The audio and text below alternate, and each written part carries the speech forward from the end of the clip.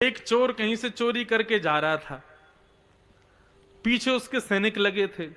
सैनिकों से बचने के लिए वो कथा में जाके बैठ गया और बीच भीड़ में आकर के चुपचाप बैठ गया और बैठ करके ऐसे बैठा कि सैनिकों को पता नहीं चले।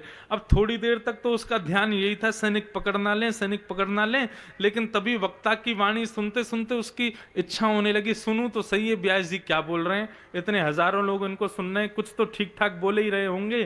तो वो भाव से जब सुनने लगा तो व्यास जी उस समय प्रवचन करते हुए कह रहे थे कि भैया कथा सुनने से, गुरु की आज्ञा का पूर्ण पालन करने से, व्यास जो कह दे उस पर आंख बंद करके विश्वास करके उस भाव को पूर्ण समर्पण भाव से श्रवण करने से व्यक्ति के पूर्ववर्ती सारे पाप नष्ट हो जाते हैं, पूर्ववर्ती सारे दोष नष्ट हो जाते हैं और उस व्यक्ति का नया जन्म हो जाता है। तो वो चोर बैठ करके सुन रहा था। उस चोर ने मन में विचार किया, बोले कहां तक चोरी करता रहेगा, कहां तक इसी प्रकार सब जगह भाग भाग करके सामान लूटता रहेगा। अरे मुझे खुद घृणा हो गई है अपने काम से। आज मैं सोच रहा था कि कैसे निवृत्त हूं इससे, अब तो मैं कुछ कर नहीं सकता, लेकिन आज इन व्यास जी ने बढ़िया बात बताई कि कथा सुनने से, व्यास के प्रति पूर्ण भाव रखने से, पूर्ण विश्वास रखने से व्यक्ति का नया जन्म हो जाता है और उसके पूर्ववर्ती सारे पाप नष्ट हो जाते हैं। इसका मतलब मैंने अभी तक जितनी भी चोरियां करी उन सबके पाप आज मेरे नष्ट हो गए। मैंने इन्हीं को गुरु मान लिया, इन्हीं की बात पर पूर्ण विश्वास करके अब इन्हीं की कथा को अपना सर्वस्व बना लिया, मेरा तो जन्म ही नया हो गया। ये उसने विश्वास कर लिया अपने हृदय में। अब कथा सुनकर के जैसे ही बाहर निकला तुम्हारा सैनिकों ने उसको पकड़ लिया,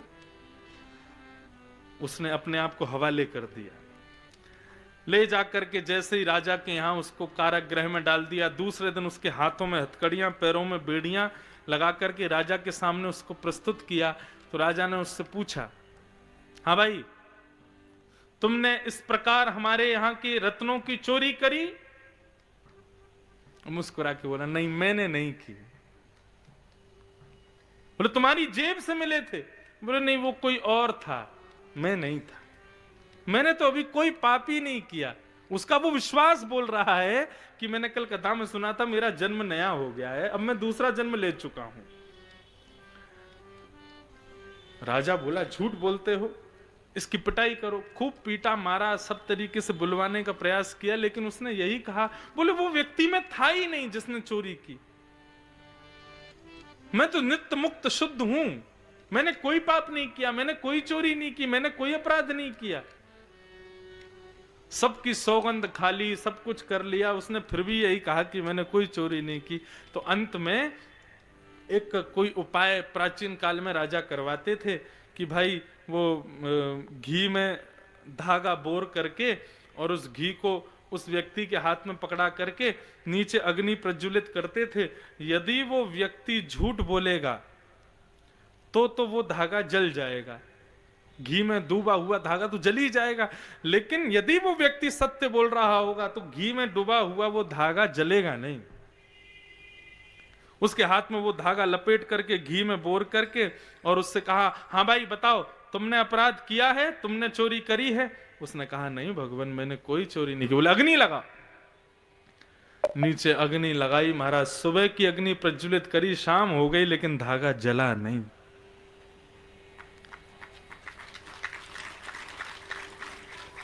उसके हाथ से धागा आदि हटा करके राजा आए और राजा आकर के बोले ये हमारी पूर्वजों की परंपरा है और ये परंपरा कभी गलत नहीं होती।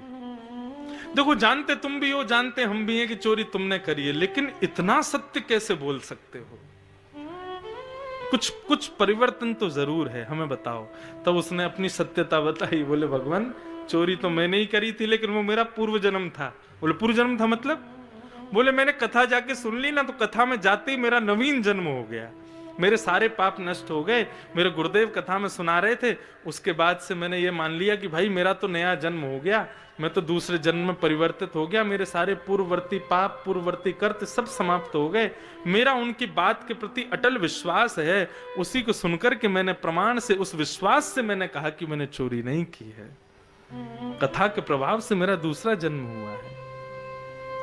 जब राजा ने ये बात सुनी तो तो जाकर के उन गुरुदेव के चरणों में राजा ने भी प्रणाम किया, और प्रणाम करते हुए भागवत जी को प्रणाम किया।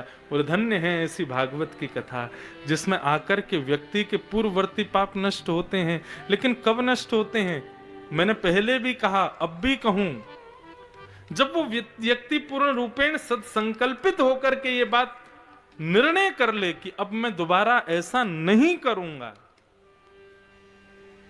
इस भावना से कथा में आकर के बैठेगा तो कथा उसको पवित्र करेगी, नहीं तो कोई पवित्रता का काम यहां पर नहीं हो पाएगा।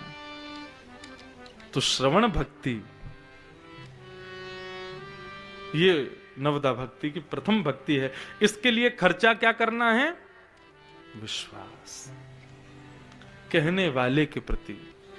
कल भी मैंने कथा में कहा था, आज भी कहूं, गुरु के वचन अटल कर मानो, साधु समागम कीजिए। सूरदास जी कहते हैं, मन रे कृष्ण नाम कह लीजिए। गुरु की आज्ञा पर पूर्ण विश्वास। गुरु जो कह रहे हैं ये सत्य ही कह रहे हैं, गुरु जो कह रहे हैं इसमें किसी भी प्रकार की असत्यता नहीं। ये विश्वास जब प्रकट होता है तब श्रवण भक्ति प्रारंभ होती है।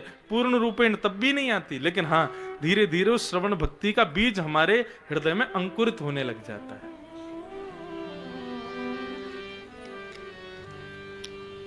श्रवण भक्ति,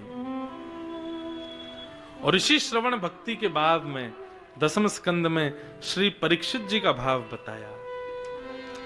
श्री परीक्षित जी महाराज जब सुखदेव जी 2 श्लोकों में संपूर्ण कृष्ण कथा सुना देते हैं, और 2 श्लोकों में संपूर्ण कृष्ण कथा सुना करके जब शांत हो जाते हैं, तब परीक्षित चरणों में प्रणाम करते हुए कहते हैं, भगवान मुझे 7 दिन में मरने का श्राप लगा है, अभी 4 ही दिन पूर्ण हुए, 3 दिन और बाकी हैं।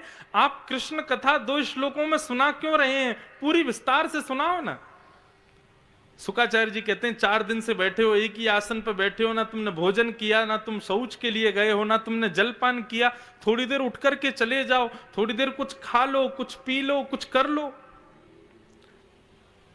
तब सुखदेव जी की इस बात पर परीक्षित अपना जो भाव उद्गार प्रकट करते हैं ना, उसी भाव को सुनकर के श्री नाभा जी ने भक्तमाल में कह दिया, ये है श्रवण भक्ति का आचार्य।